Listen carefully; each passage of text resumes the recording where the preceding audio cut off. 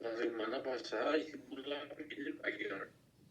La otra sección no pudimos hacer el cuento solamente con ustedes, así que ojalá hayan sentido felices porque pudieron ver un poco.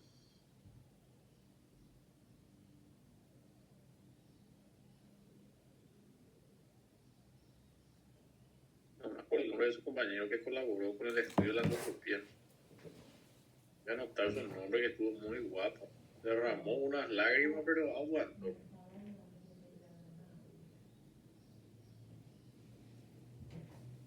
Ay, Lucas.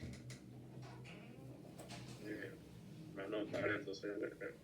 Para el momento del examen, siempre es bueno un punto más, ¿verdad? Bueno, vamos a hablar de traumatismo del oído. Vamos a empezar con el oído externo. ¿Sí?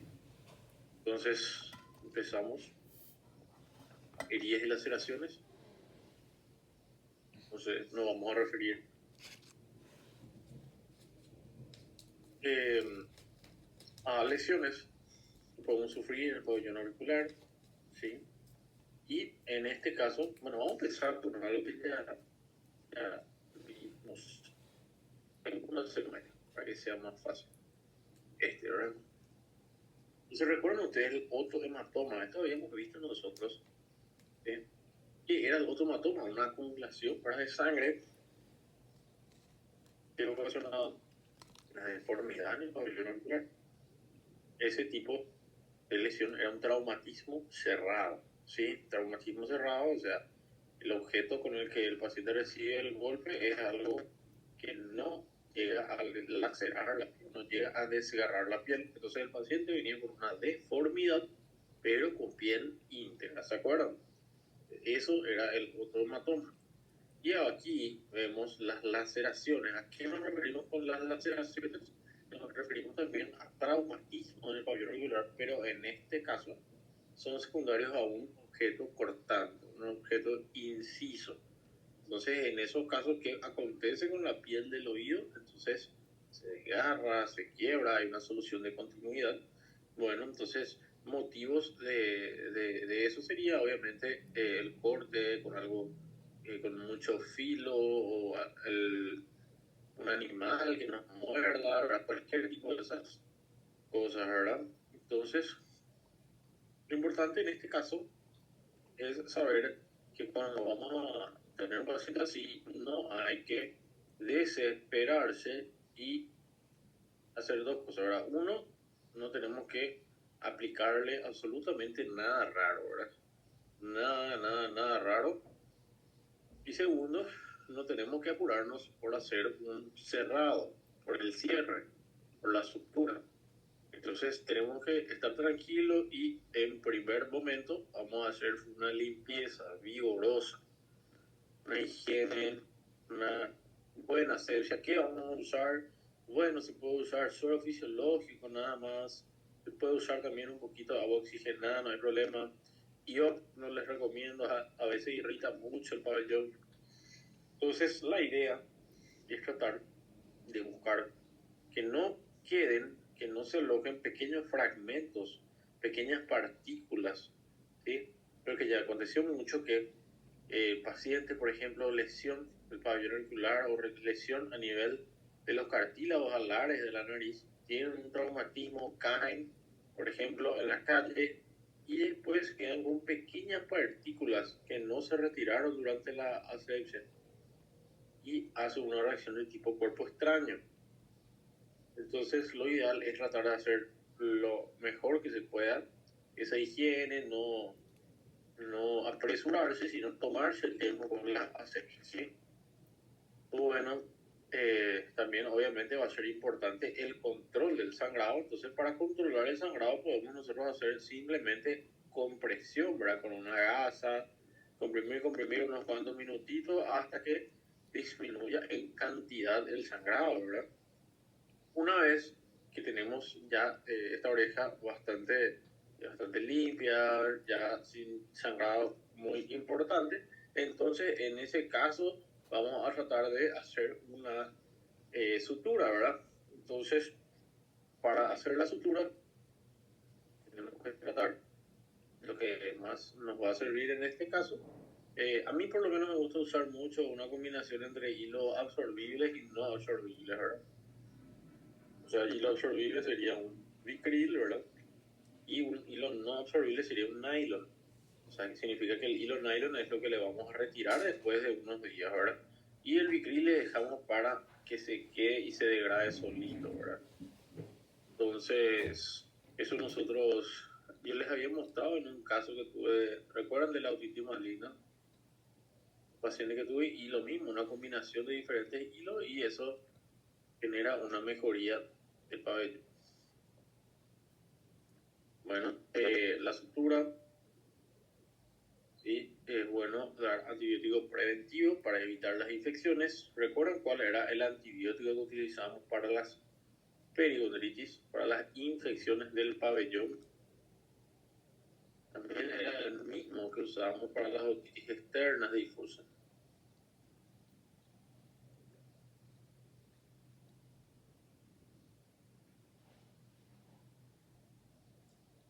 Recuerden que habíamos hablado que teníamos nosotros dos casos de infección del oído.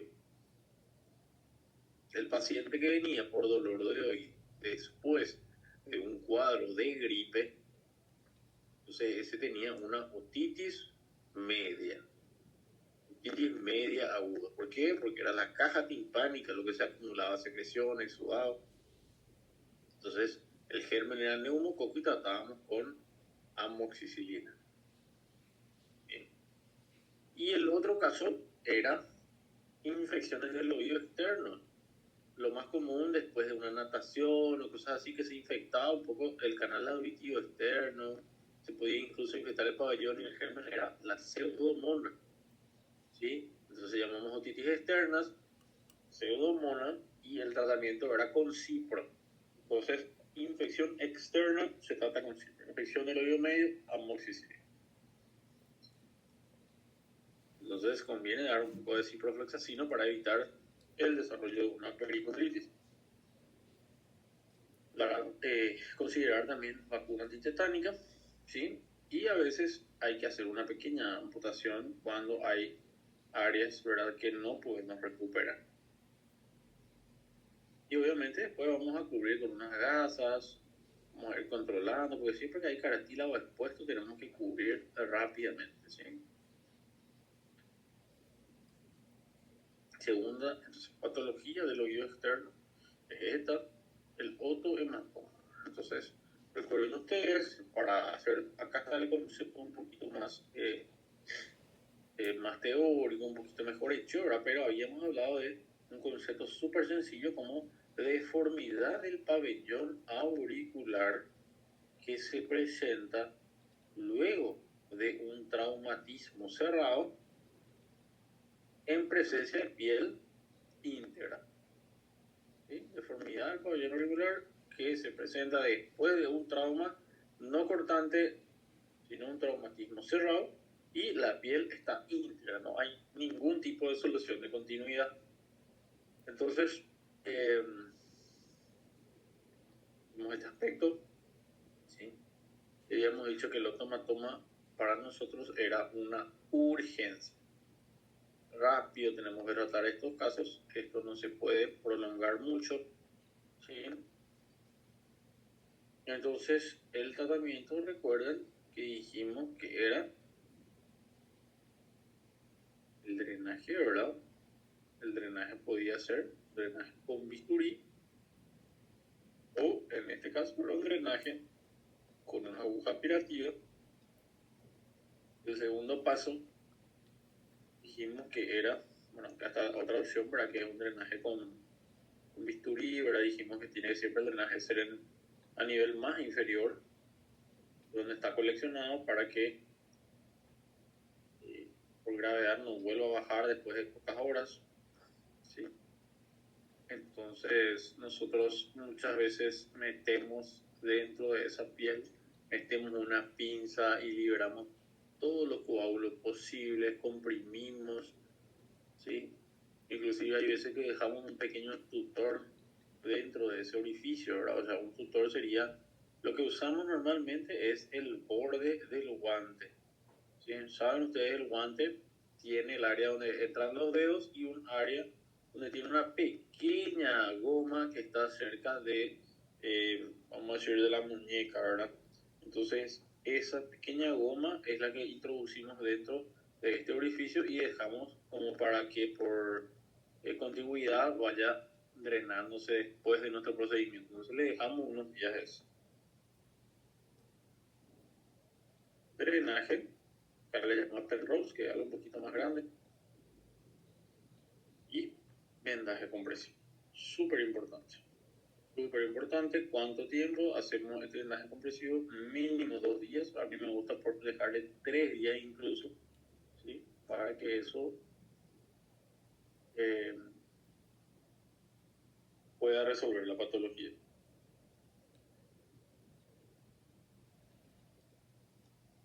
Entonces hay que dar también antibiótico profiláctico. ¿Qué antibiótico? Bueno, enfermedades del oído externo se trata con cipro. Entonces el antibiótico profiláctico se hace con ciprofloxacina, ¿sí?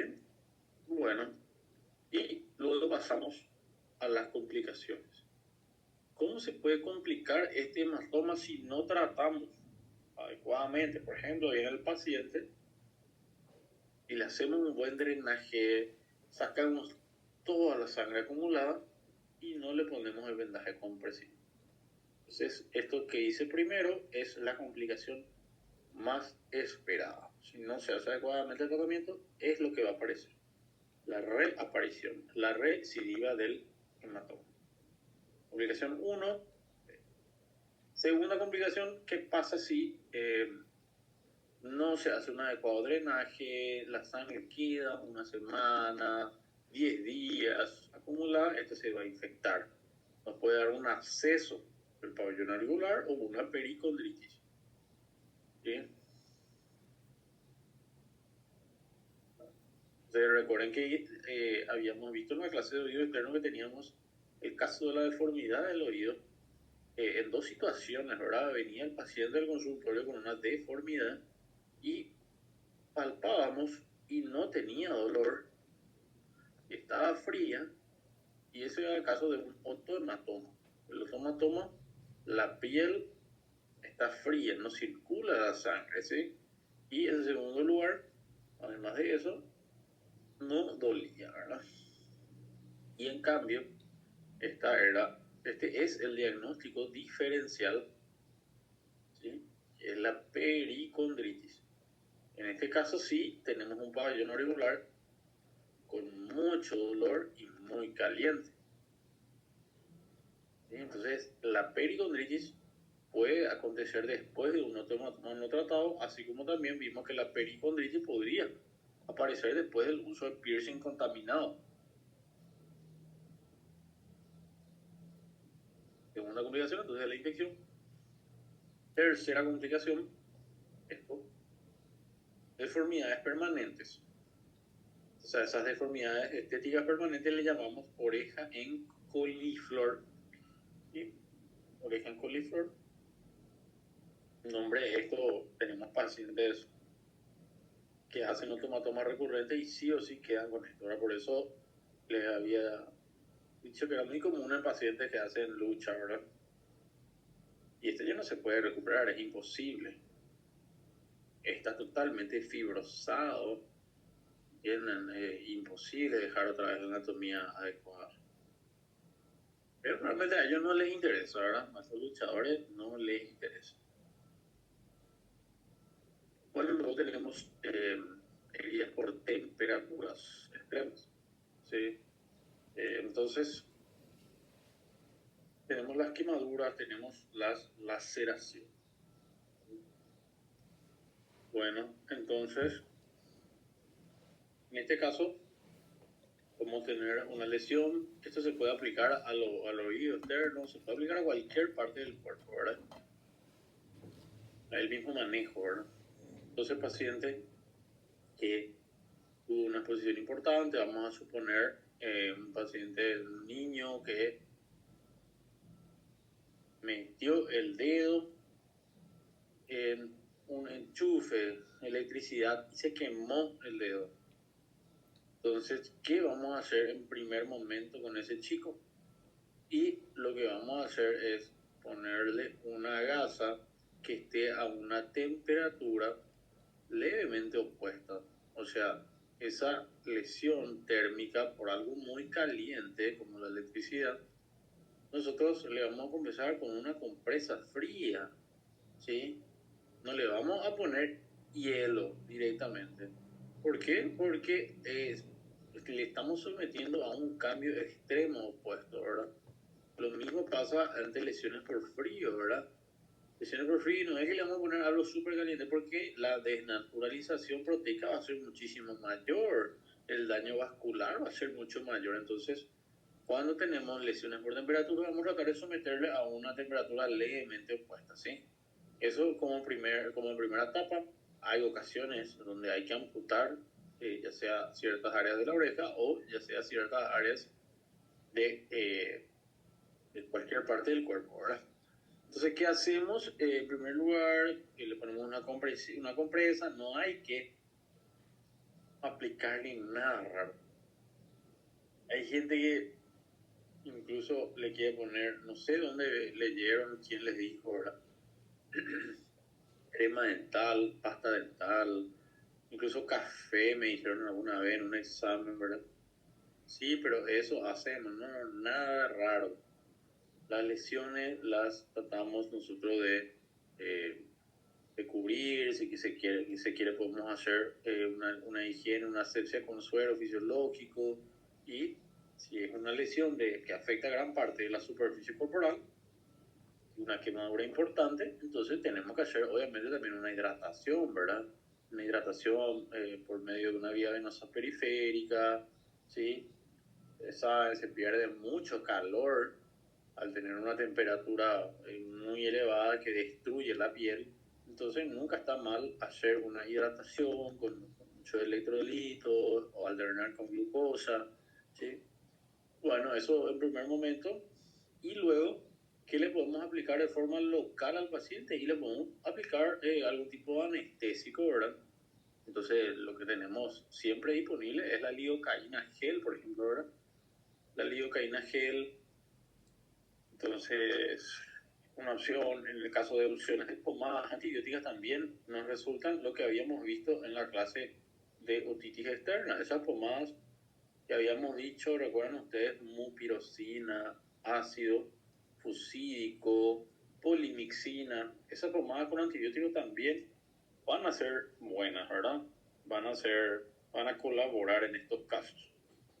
Entonces, si fuera una infección solamente que afecta la región superficial de la piel, la dermis, epidermis, solamente hasta ahí, con eso normalmente se suele controlar.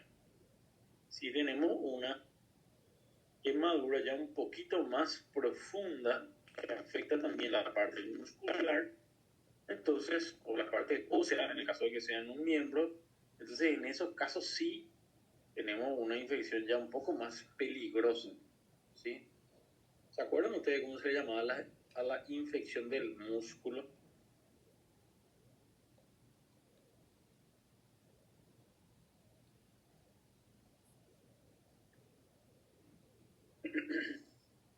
Estas infecciones, las primeras que vimos, eran todas de piel, ¿verdad? Piel, parte blanda, entonces ahí dando eso ácido fucídico, polimixina, mupirocina, estábamos cubriendo bien los gram positivos y con eso no había problema, ¿verdad? Pero en estos casos, si la quemadura es un poquito más profunda, puede llegar a afectar el músculo, entonces hablamos del riesgo de una miositis. Las miositis son infecciones ya horribles, son súper dolorosas. Generalmente se presenta con síndrome compartimental, ¿verdad? Un edema exagerado en el miembro, ¿verdad? Que precisa un drenaje, ¿verdad? Entonces, en esos casos sí tenemos que dar ya antibióticos contra gram negativo, porque esas miositis generalmente ya son ocasionadas por gram negativo e incluso muchas veces son polimicrobianas, ¿sí? Entonces, de acuerdo a eso manejamos, ¿verdad? Y obviamente si hubo áreas de necrosis total, se tiene que amputar, debridar, ¿verdad? Pero lo importante, como les dije, en el primer caso, que era el desgarro, la laceración del pabellón, o en este caso, que es la lesión por temperatura, si hay exposición de los cartílagos, entonces tenemos que cubrir.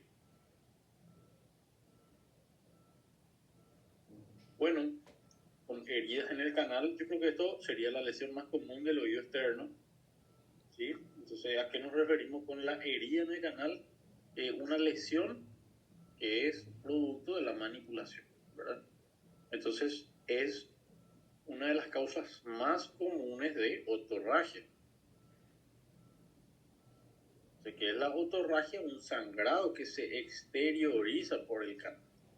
No quiero que se confundan ustedes, porque hay veces que le pongo yo, si te complicaciones del otomatoma, ellos ponen otorragia. No, justamente en el otomatoma nosotros tenemos sangre coleccionada en el pabellón. O sea, el sangramiento, el sangrado, eso no sería una complicación, sería algo bueno, algo que contribuya a que el otomatoma se resuelva. Entonces lo toma, no es la otorragia la complicación, ¿sí? Entonces, con respecto a las heridas en el canal, nos referimos a las lesiones producidas en el canal como consecuencia de la manipulación del paciente. Y para esto, todo lo que ustedes se imaginan, ¿verdad? Desde lo más común, que es la manipulación con el propio dedo del paciente, hasta cotonete, como les había dicho la semana pasada en la clase que nos vimos. Incluso hace poquito tuve una paciente que fósforo se laceró ahí el canal, sangrado de oído, torraje.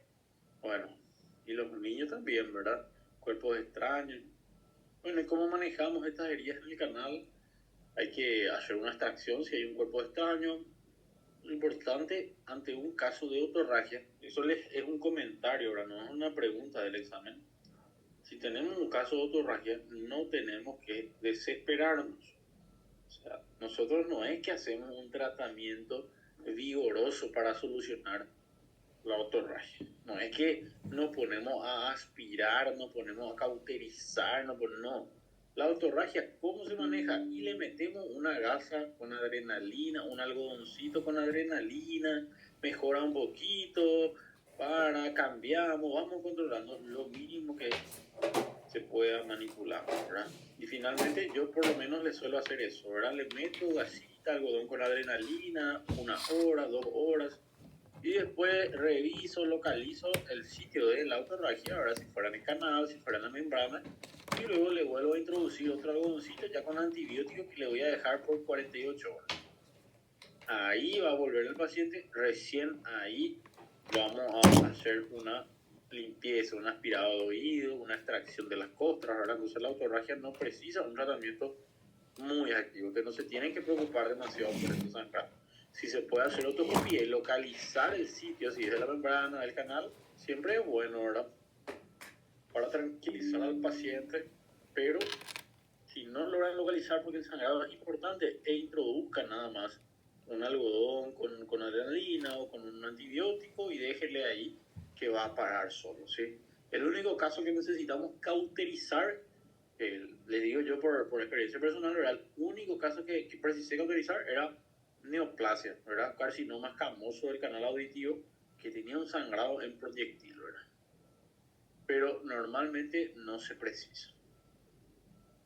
Bueno, entonces estas heridas también, otro motivo de las heridas en el canal podrían ser los cuerpos extraños, ¿verdad?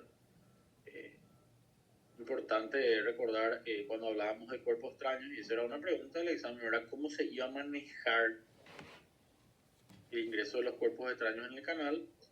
Y recuerdan citar 3 pasos. ¿Cómo eran los pasos del ingreso del cuerpo extraño?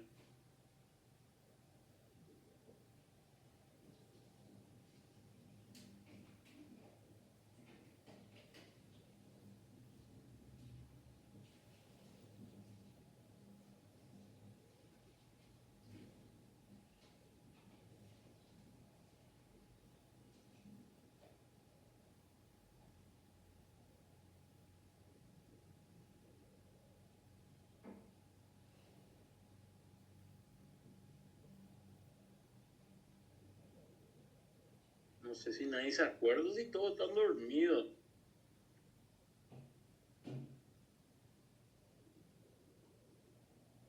Primer paso,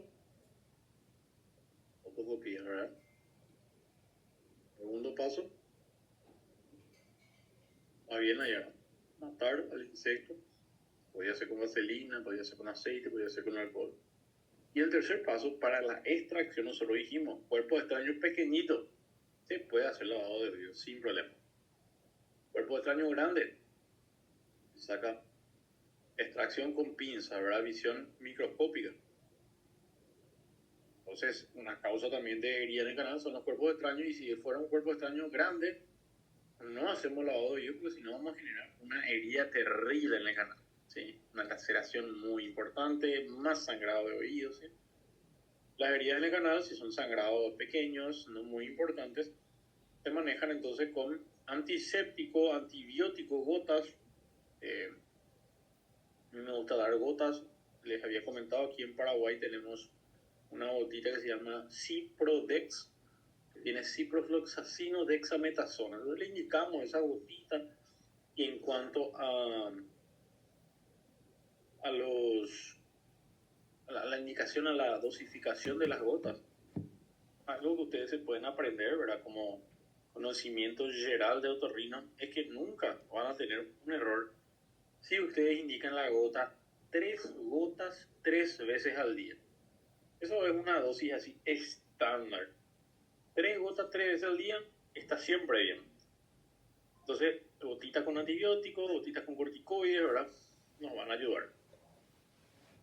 Hay diferentes combinaciones. Acá también tenemos gentamicina, betametasona. Se puede usar también sin problema.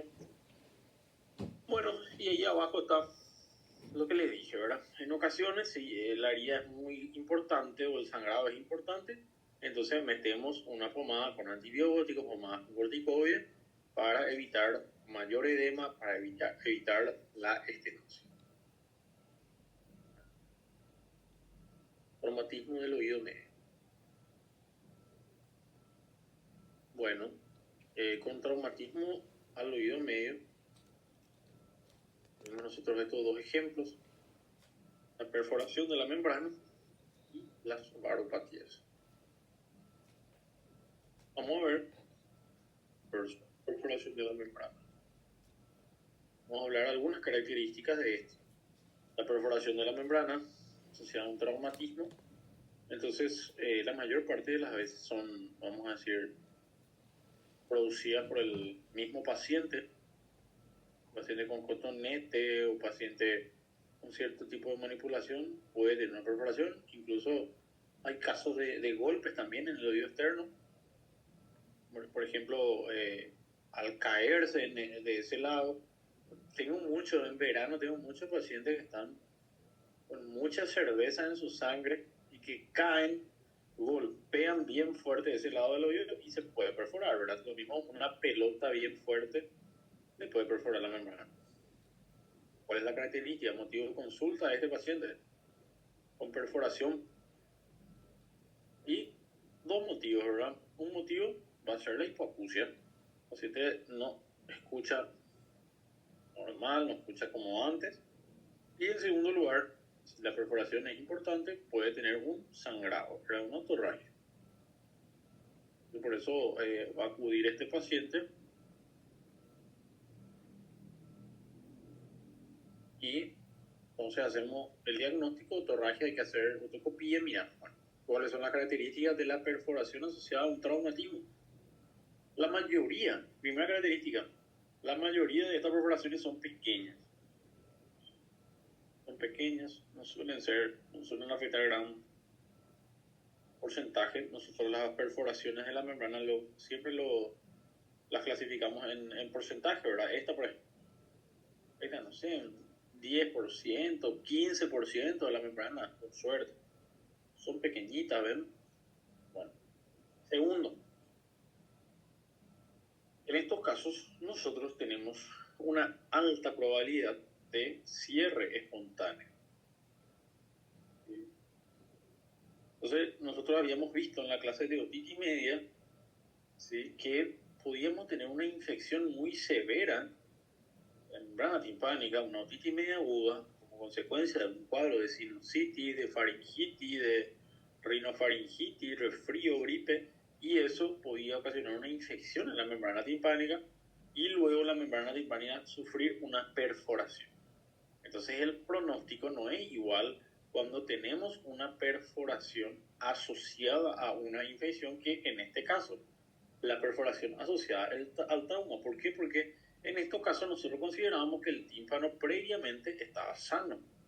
El tímpano no tenía absolutamente nada. Entonces, tercera característica, no se precisa de antibiótico. Este paciente no necesita que le demos amoxiclavulánico, no necesita aplicarse gotitas de cipro, no.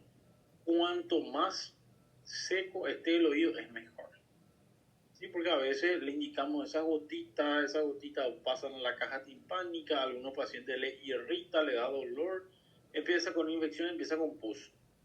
Entonces, ¿qué es lo que sugerimos a estos pacientes? Y que se ocluyan solamente por fuera, no hace falta meterse adentro con un cotonete, por ejemplo, ¿verdad? Que ocluyan un poquito el canal para el momento de bañarse, que no ingrese ni una gota de agua. Por ejemplo, paciente, si es que va a manejar, le decimos ventana fechada, ¿verdad? Que no sea que ese viento a mucha presión haga que esta perforación aumente de diámetro. O en el caso de que ande en moto, entonces ahí sí le decimos, bueno, cubrite con un cotonete, con un algodón en ese momento, ¿sí? Entonces eso, ¿verdad? Las perforaciones suelen ser pequeñas, las perforaciones tienen una alta tendencia a un cierre espontáneo y no se precisa de administración de antibióticos. Esas son las características más comunes de la membrana timpánica, ¿verdad? Acá ustedes siempre van a tener en las clases, van a tener la parte teórica y yo les voy contando un poquito de la parte práctica, ¿sí? Las perforaciones de la membrana obviamente no van a dar una hipoacusia de transmisión, ¿verdad? Entonces recuerden ustedes, hipoacusia de conducción o transmisión es la misma cosa, y eso teníamos siempre que tengamos una patología del oído externo o del oído medio. Cualquier patología del oído externo o oído medio es hipoacusia de conducción, hipoacusia de vía aérea, ¿sí? Bueno, vamos a pasar a las varopatías, ¿sí? ¿Qué son las varopatías? Las varopatías son patologías asociadas a cambios bruscos en la presión, ¿sí? Cambios bruscos en la presión ambiental. Entonces, nosotros habíamos dicho, ¿se acuerdan? Si puede preguntar en el parcial de ustedes, tenemos esto, que es la trompa de Eustaquio. ¿Cuál era la función? Cite dos funciones de la trompa de Eustaquio.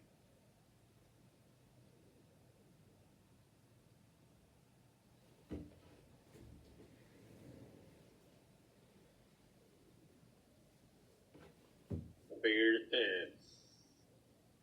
qué realiza.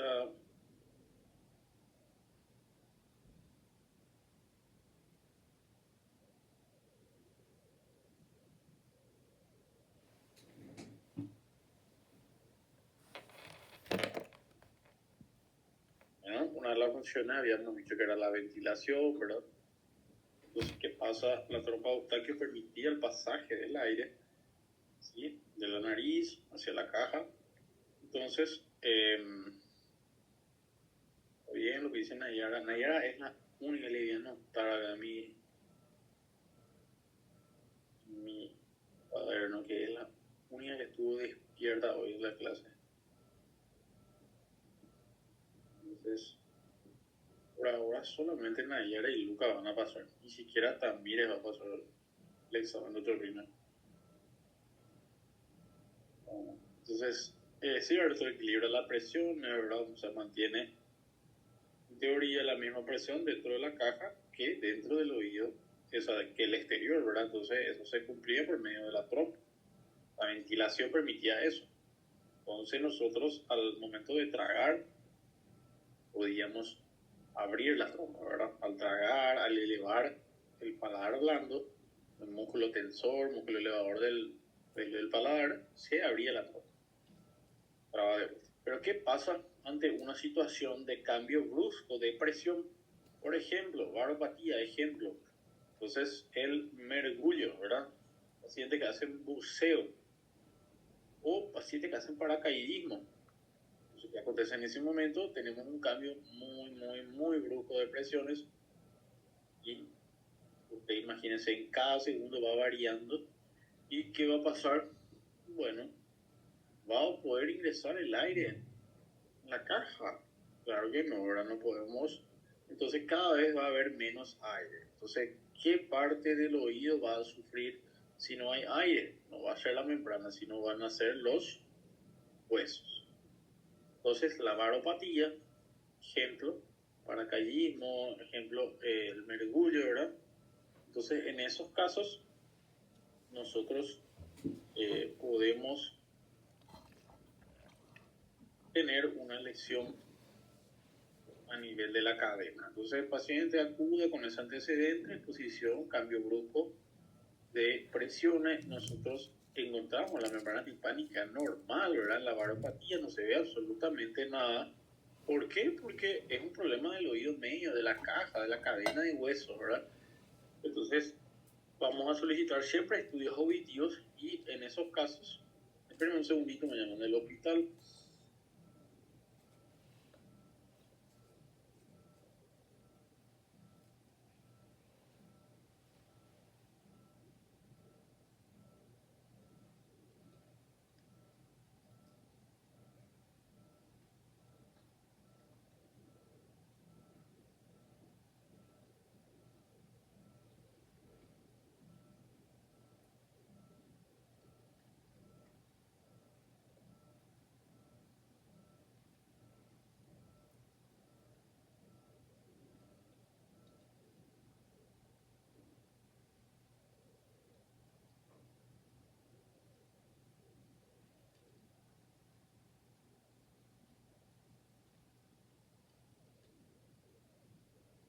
Bueno, entonces estamos hablando de que estas lesiones, o sea, el BLAS realmente ya es otra clase de lesión un poquito más severa.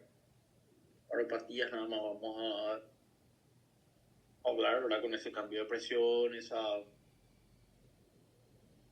posición a un cambio muy súbito. Entonces solicitamos siempre estudios auditivos y si lo que se lesiona en este caso es la cadena de huesos, entonces nos va a informar de una hipoacusia de conducción, ¿verdad? Hipoacusia de conducción, hipoacusia de transmisión. A nivel del oído interno tenemos esto,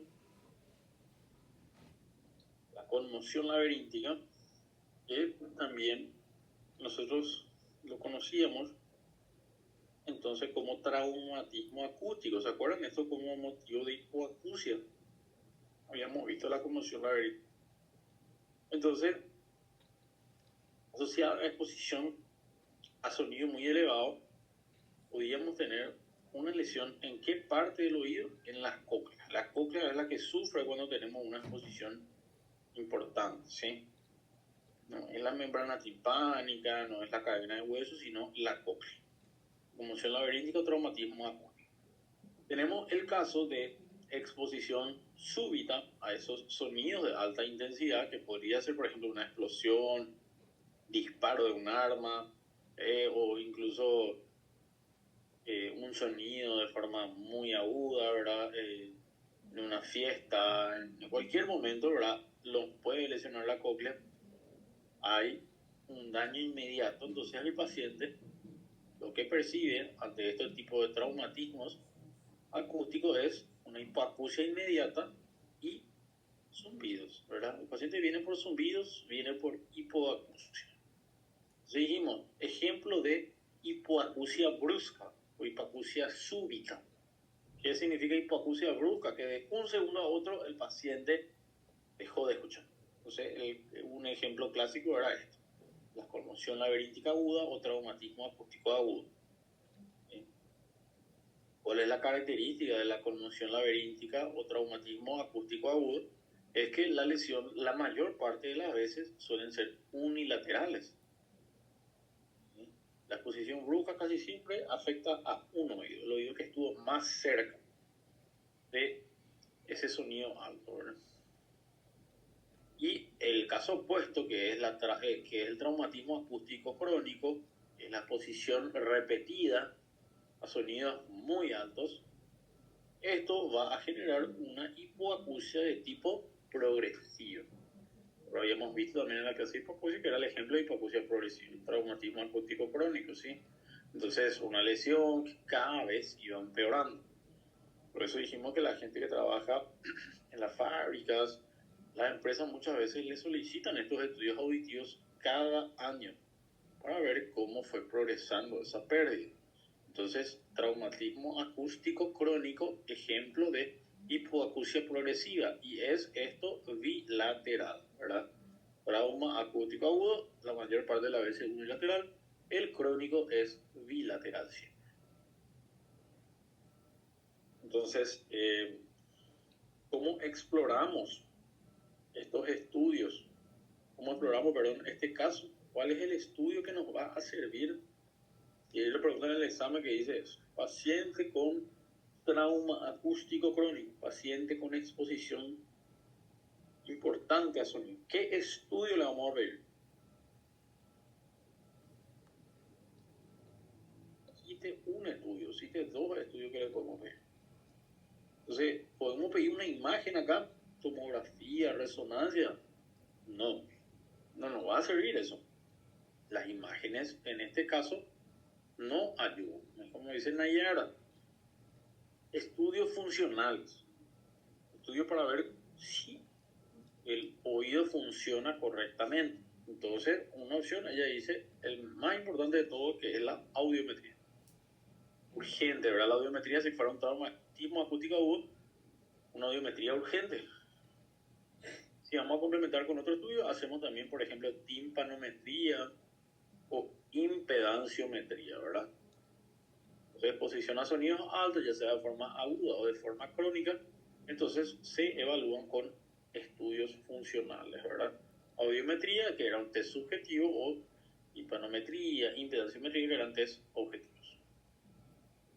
Bueno, entonces, ¿qué hay que recordar de esto? Fotocopía, nada. Paciente con exposición a sonido alto, miramos la membrana, se ve normal, no hay absolutamente ningún tipo de cambio, ¿sí? Y ¿dónde está el daño? Está en la cóclea, entonces eso no se llega a visualizar. ¿Qué tipo de pérdida auditiva tienen estos pacientes? Una hipoacusia neurosensorial, ¿sí? O también llamada de percepción. Como el caso anterior, viene paciente con hipoacusia asociado a cambio brusco de presión, barotrauma. En ese caso teníamos una lesión de la cadena de hueso y teníamos una hipoacusia de conducción. Daño del oído externo, del oído medio, nos daban hipoacusia de conducción. Daño del oído interno, del cerebro, hipoacusia de percepción, o también llamada neurosensorial. En el examen, si se pregunta, va a decir paciente con traumatismo acústico agudo. ¿Qué lesión va a tener? Va a tener una hipoacusia neurosensorial unilateral. Traumatismo acústico agudo. Si fuera un traumatismo acústico crónico, exposición laboral, exposición crónica, entonces acusia, la respuesta sería neurosensorial y bilateral.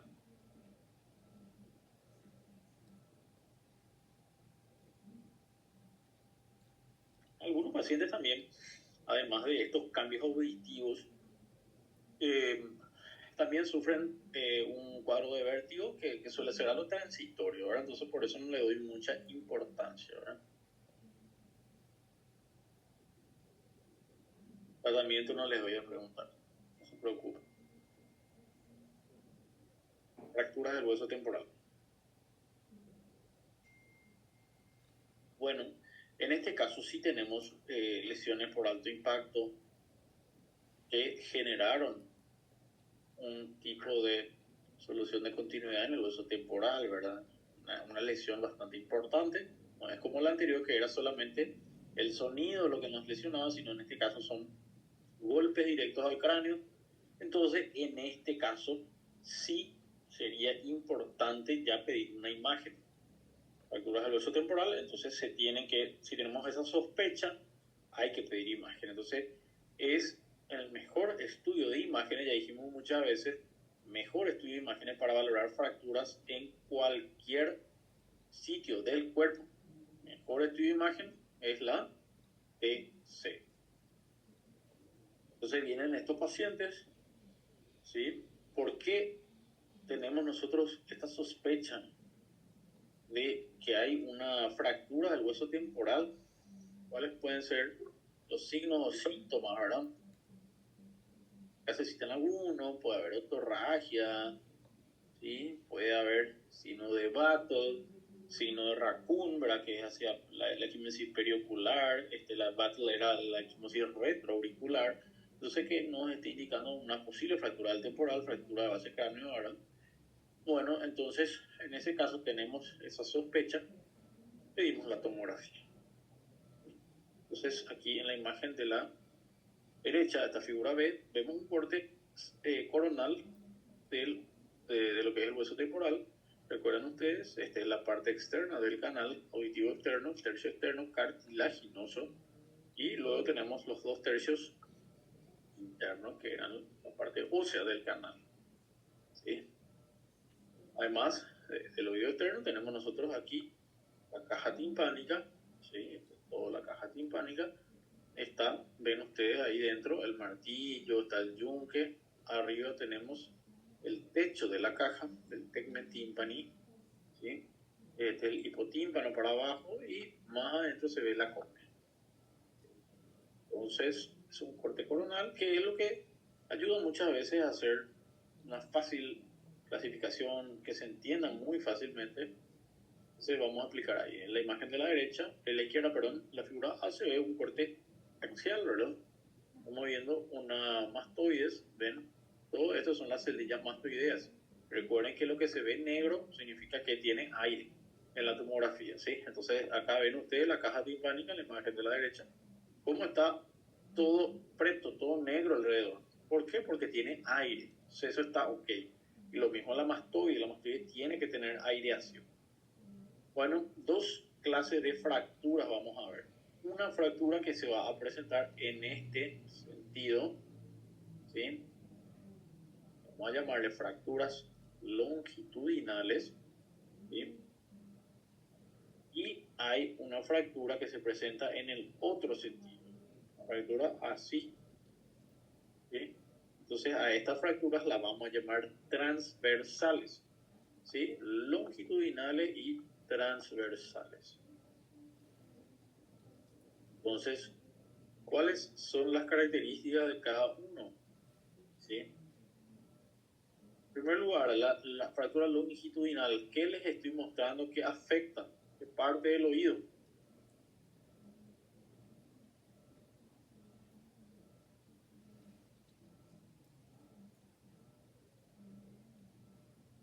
Longitudinal va a afectar el oído externo, el oído medio.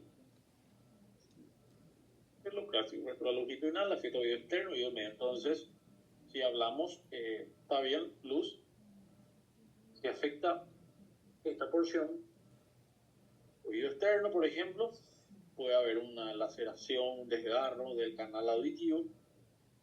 A nivel del oído medio, ¿qué podría acontecer? Una perforación de la membrana timpánica. ¿Sí? Una perforación de la membrana timpánica. Entonces, en ambos casos, ¿cuál va a ser el signo más común de estos pacientes?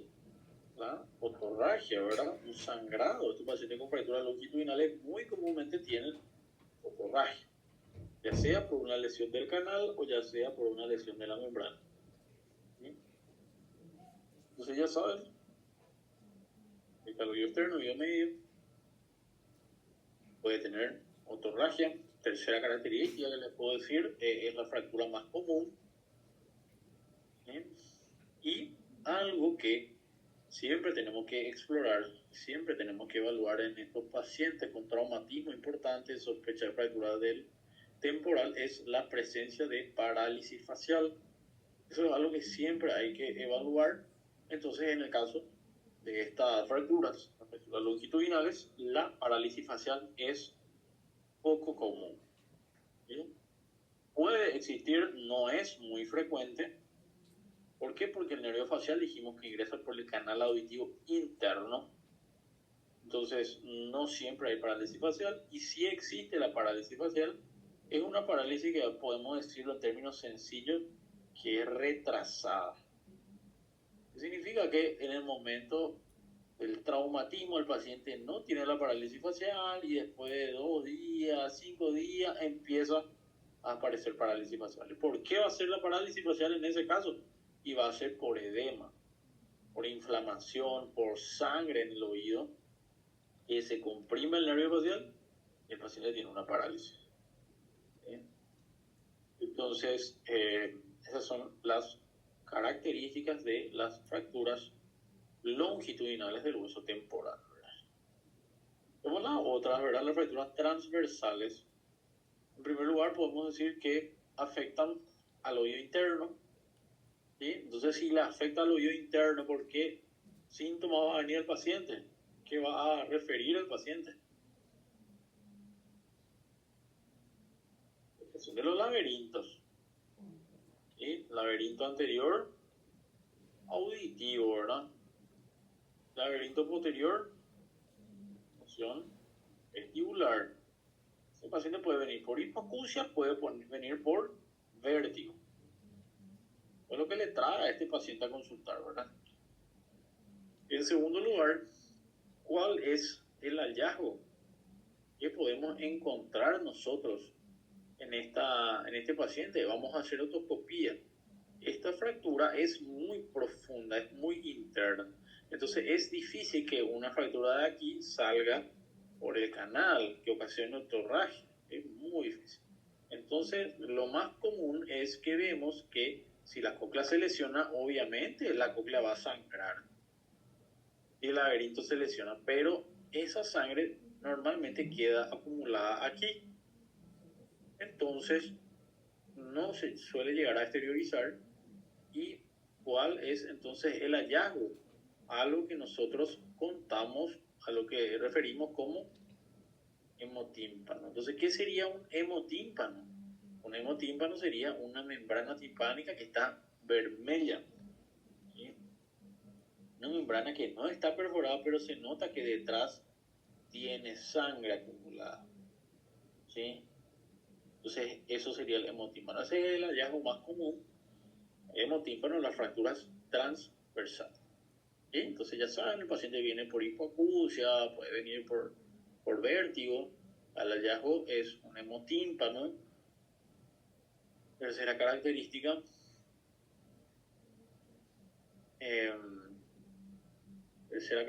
sería la parálisis facial. Es muy común aquí, muy frecuente, porque el nervio facial dijimos que ingresa por el canal auditivo interno. Entonces eso puede llegar a comprometerse. Vamos a ver si tengo en el primer slide, vamos a ver si se ve un poquito o no. Acá se ve. Entonces nosotros a esto le llamamos canal auditivo externo, ¿verdad? Este es el canal auditivo externo. Y esto es el canal auditivo interno. El canal auditivo interno habíamos dicho que ingresaban 2 pares craneales. Par craneal 7, que es el nervio facial, y el oído, que es el vestíbulo coclear. Entonces, eso ingresaba por el canal auditivo interno en conjunto. El nervio facial luego pasaba un poquito a la caja, daba algunas ramas al canal auditivo externo, luego se exteriorizaba, ¿sí?, por el agujero estilomastoideo. Entonces, es posible que ante una fractura, en este sentido, una fractura transversal, se afecte el nervio facial. muy común la parálisis facial en las fracturas transversales. Y en segundo lugar, podemos decir también que la parálisis facial normalmente es inmediata. Parálisis facial inmediata. No es como la anterior, en donde se presentaba después de varios días. No, que en este caso es en el momento y la mayoría de las veces es permanente. Porque se secciona totalmente, entonces el pronóstico es un poquito peor lastimosamente para el paciente, pero tenemos que explicarle eso, ¿sí? Bueno, entonces dijimos que para las fracturas se necesita de TC. Vamos a ver primero las fracturas longitudinales, los ejemplos. Vamos a ver si tenemos alguna imagen. Aquí, fractura a lo largo del eje mayor, mucoso temporal. Fractura longitudinal, ¿ven? Señalado con flecha. Esto, de vuelta, una fractura longitudinal, pero no es que las fracturas longitudinales siempre son tranquilas.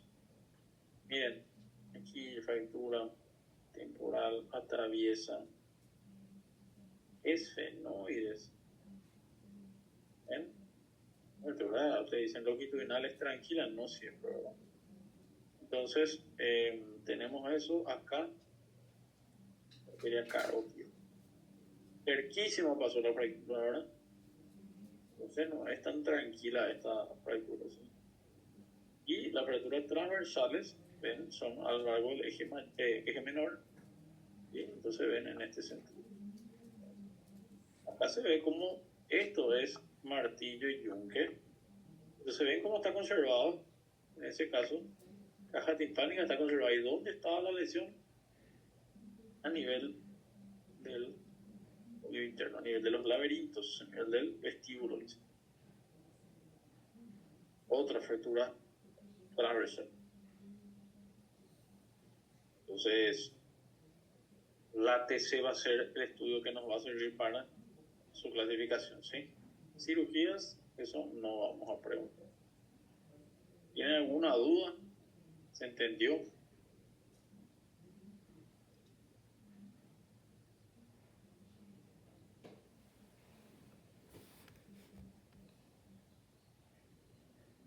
Sem dúvidas, doutor.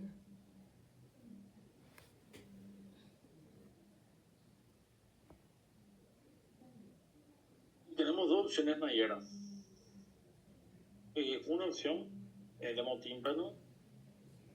Nosotros dijimos que el hemotímpano era la acumulación, ¿verdad?, de sangre en la caja timpánica, ¿verdad? Entonces tenemos una opción, vamos a decir, más conservadora.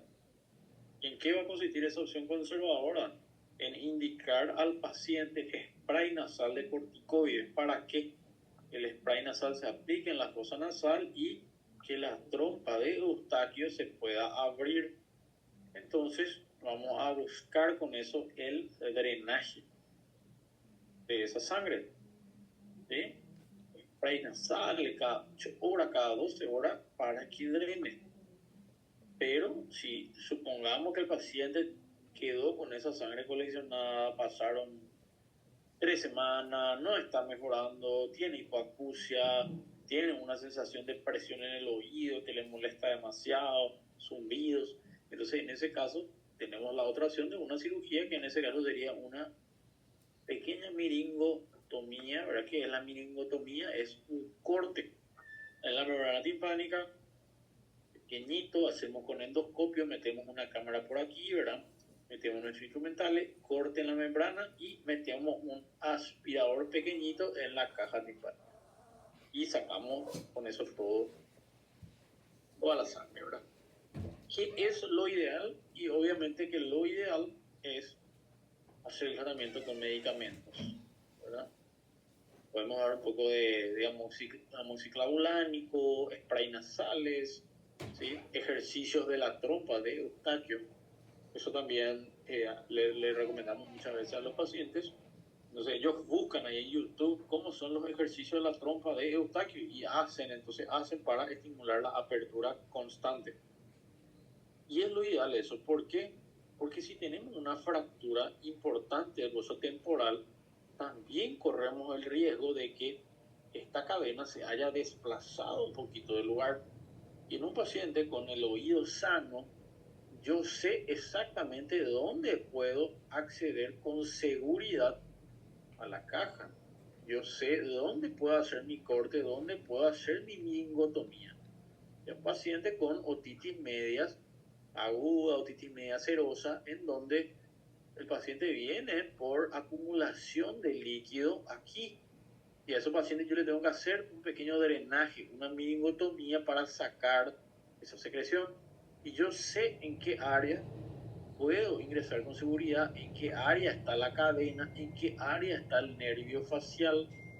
Pero si tenemos una fractura, tenemos nosotros el riesgo de que haya una movilización de la anatomía normal, entonces yo me meto acá y justo le agarro al yunque y le desarticulo, ¿verdad? Entonces, ese es el riesgo, ¿verdad? Entonces, por eso no sería lo ideal hacer la cirugía en este caso después de un trauma. Pero si es persistente, bueno, tomografía y explorarlo otra vez, qué tal está todo, ¿sí? Lo ideal, tratamiento con medicamentos, ¿sí?